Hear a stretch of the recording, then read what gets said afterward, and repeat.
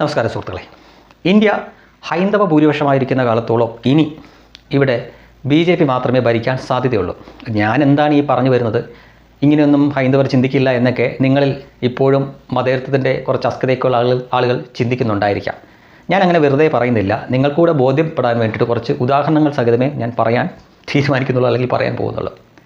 നമ്മുടെ ഈ കേരളത്തിൽ സ്ഥിരമായിട്ട് മലപ്പുറം എന്ന ജില്ലയിൽ ഏത് പാർട്ടിയാണ് ജയിക്കുന്നത്? ഈ കഴിഞ്ഞ ജില്ലാ പഞ്ചായത്ത് തിരഞ്ഞെടുപ്പിൽ അവിടെയുള്ള മുഴുവൻ വാർഡിലും ജയിച്ചത് മുസ്ലിം ലീഗാണ്, അല്ലെങ്കിൽ കോൺഗ്രസ്സിലെ 2 പേര് ജയിച്ചതും മുസ്ലിങ്ങളാണ്. മറ്റൊരാൾ പോലും അവിടെ പേരിന് പോലും ജയിച്ചിട്ടില്ല. ഇനി പാർലമെൻറ്റ് തിരഞ്ഞെടുപ്പ് വരട്ടെ, നിയമസഭാ തിരഞ്ഞെടുപ്പ് വരട്ടെ, അവരുടെ ആളുകളോ അല്ലെങ്കിൽ അവർ പിന്തുണയ്ക്കുന്ന ആളുകളോ അല്ലാതെ അവിടെ മറ്റാരും ജയിക്കില്ല.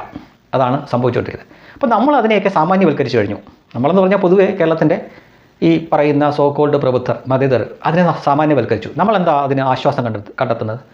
അത് മുസ്ലിം ഭൂരിപക്ഷ പ്രദേശം, അത് അവരുടെ ആളുകൾ ജയിക്കുന്നു, അതിനെന്താ? നമ്മളതിനെ ആ രീതിയിൽ ലളിതവൽക്കരിച്ചു കഴിഞ്ഞു. ഇനി നിങ്ങൾ ചിന്തിക്കുക, ഇതേ കാര്യം ഹൈന്ദവ ഭൂരിപക്ഷമുള്ള ഇന്ത്യയിൽ ഇവിടുത്തെ ഭൂരിപക്ഷം അങ്ങ് ചിന്തിക്കുന്നു, അവരത് നടപ്പാക്കുന്നു എന്ന് കരുതിയാൽ എന്താണ് തെറ്റ്? ഉടനെ അയ്യോ അത് പറ്റില്ല, ഹിന്ദുക്കൾ അങ്ങനെയല്ല, ഹിന്ദുക്കൾ കുറേ അങ്ങനെ ജീവിതാവസാനം വരെ ഞങ്ങൾ മതേതരായിരുന്നോളാം എന്ന് പറഞ്ഞുകൊണ്ട് ഏതെങ്കിലും ഹിന്ദു ആർക്കെങ്കിലും വാക്ക് കൊടുത്തിട്ടുണ്ടോ? അതോ അവർക്ക് തലയ്ക്ക് എന്തെങ്കിലും ഓളമുണ്ടോ? മറ്റുള്ളവരെ എന്ത് വേണമെങ്കിലും കാണിച്ചോട്ടെ, ഞങ്ങളുടെ കൂടെ ചിലവിൽ അവരത് ചെയ്തോട്ടെ എന്ന് ധരിക്കുന്ന ഹിന്ദുവിൻ്റെ എണ്ണം കുറഞ്ഞു വരികയാണ്. ഉണ്ടായിരുന്നോ? അതിൻ്റെയാണ് കുറേ അനുഭവിച്ചത്. ഇനി അത് ഉണ്ടാവും പോകും എന്ന് തോന്നുന്നില്ല. നിങ്ങൾ ഈ വെറുതെയാണ് കിടന്നുകൊണ്ട് ഈ തെരഞ്ഞെടുപ്പ് മെഷീനെ കുറ്റം പറയുന്നത്, വോട്ട് ജോലിയെ കുറ്റം പറയുന്നത്. നിങ്ങൾ മലപ്പുറത്തേക്ക് നോക്കുക. ആ മലപ്പുറത്തിനെ ഇന്ത്യയിലുള്ള ഹൈന്ദവർ മാതൃകയാക്കുന്നു എന്ന് കൂട്ടിയാൽ മതി. എന്തേ മലപ്പുറത്തിന് പറ്റും, ഇന്ത്യക്ക് പറ്റില്ലേ? ഇന്ത്യക്ക് പറ്റും. അതുതന്നെയാണ് അവർ കാണിക്കുന്നത്. നിങ്ങൾ ആസാമിലേക്ക് നോക്കൂ. അവിടെ 36% മുകളിൽ മുസ്ലിങ്ങളുണ്ട്. പക്ഷേ അവർ പ്രത്യേക പോക്കറ്റിൽ കിടക്കുന്നവരാണ്. അവിടെ ഹൈന്ദവരെല്ലാം ഒരുമിച്ചപ്പോൾ അവിടെ വൻ ഭൂരിപക്ഷത്തിലാണ് BJP ജയിച്ചത്.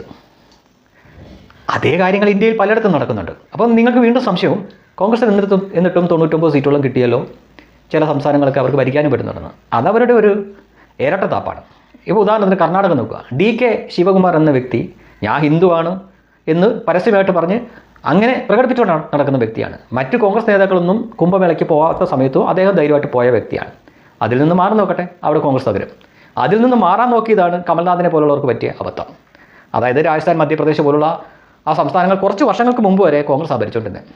അപ്പോഴാണ് നമ്മുടെ രാമക്ഷേത്രം വരികയും അവിടുത്തെ ശിലാന്യാസം നടക്കുകയും അതിൽ ആളുകൾ പങ്കെടുക്കുന്നു, നേതാക്കൾ പങ്കെടുക്കുന്നു. പക്ഷേ ഇവർ ചില കൂട്ടർ മധ്യപ്രദേശ്, രാജസ്ഥാൻ, അവിടുത്തെ കോൺഗ്രസ് നേതാക്കൾ അതിൽ നിന്ന് മുഖം തിരിച്ചു നിന്നു. ഫലം അടുത്ത തെരഞ്ഞെടുപ്പിൽ അടപടലം പൊട്ടി. അപ്പോൾ കുറേ സംസ്ഥാനങ്ങളെങ്കിലും കുറച്ച് ആളുകളെങ്കിലും ഞങ്ങളിപ്പോഴും ഹൈന്ദവ വിശ്വാസത്തിലാണ്, ആ സംസ്കാരത്തിലാണ് ജീവിക്കുന്നത് എന്ന് പറഞ്ഞുകൊണ്ട് ചില നേതാക്കളെ മുന്നിൽ നിർത്തിക്കൊണ്ട് അവർക്ക് ആളുകളെ പറ്റിക്കാൻ പറ്റും. അതായത് കോൺഗ്രസിന് ഇനി ഇന്ത്യ ഭരിക്കണമെങ്കിൽ ഞങ്ങളും ഹൈന്ദവ പാർട്ടിയാണ് എന്നൊരു തോന്നലെങ്കിലും ഉണ്ടാക്കിയില്ലെങ്കിൽ അവർക്ക് പിടിച്ചിരിക്കാൻ പറ്റില്ല.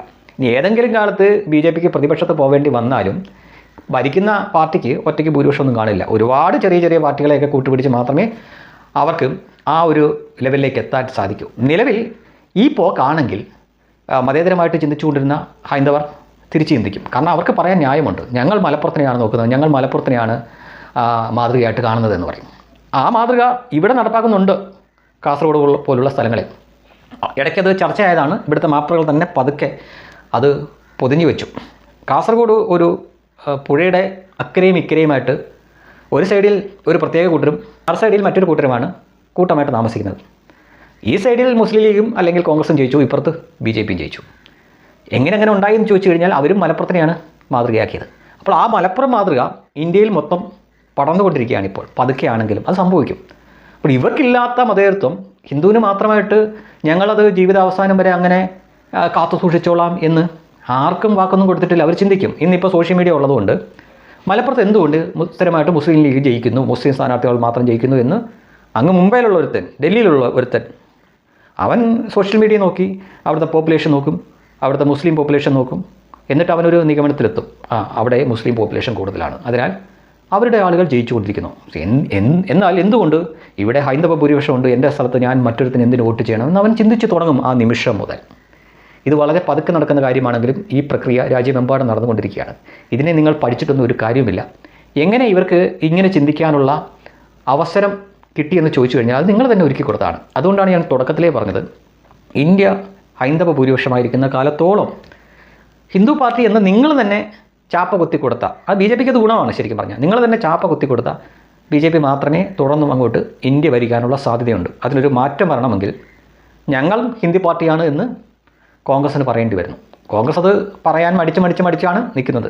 യഥാർത്ഥത്തിൽ അവരും ജയിച്ചുകൊണ്ടിരുന്നത്, ആ കാലത്ത് ജയിച്ചുകൊണ്ടിരുന്നത് ഹിന്ദുവിൻ്റെ വോട്ട് നേടി തന്നെയാണ്. പക്ഷേ ഒരു ഇടക്കാലം കണ്ട് അവർ ന്യൂനപക്ഷ വോട്ടിന് പിന്നാലെ പോയതോടുകൂടിയാണ് കോൺഗ്രസ് എന്ന സംവിധാനം തന്നെ തകർന്നത്. ഇനി അതിൻ്റെ തിരിച്ചറിവ് വരുമെന്ന് തോന്നില്ല. കാരണം ആരാ നേതാവായിരിക്കുന്നത്? രാഹുൽ ഗാന്ധി എന്ന പപ്പു. അയാൾക്ക് തിരിച്ചറിവും അയാളും തമ്മിൽ യാതൊരു ബന്ധവുമില്ല. അപ്പോൾ അങ്ങനെ ഇരിക്കുന്ന കാലത്തോളം ഞാൻ നേരത്തെ പറഞ്ഞ പോലെ തന്നെ BJP തന്നെ തുടർന്ന് ഭരിക്കും. നിങ്ങൾ ഈ വെറുതെ കിടന്നുകൊണ്ട് EVM വോട്ട് ചോരി എന്ന് പറഞ്ഞിട്ടൊരു കാര്യവുമില്ല.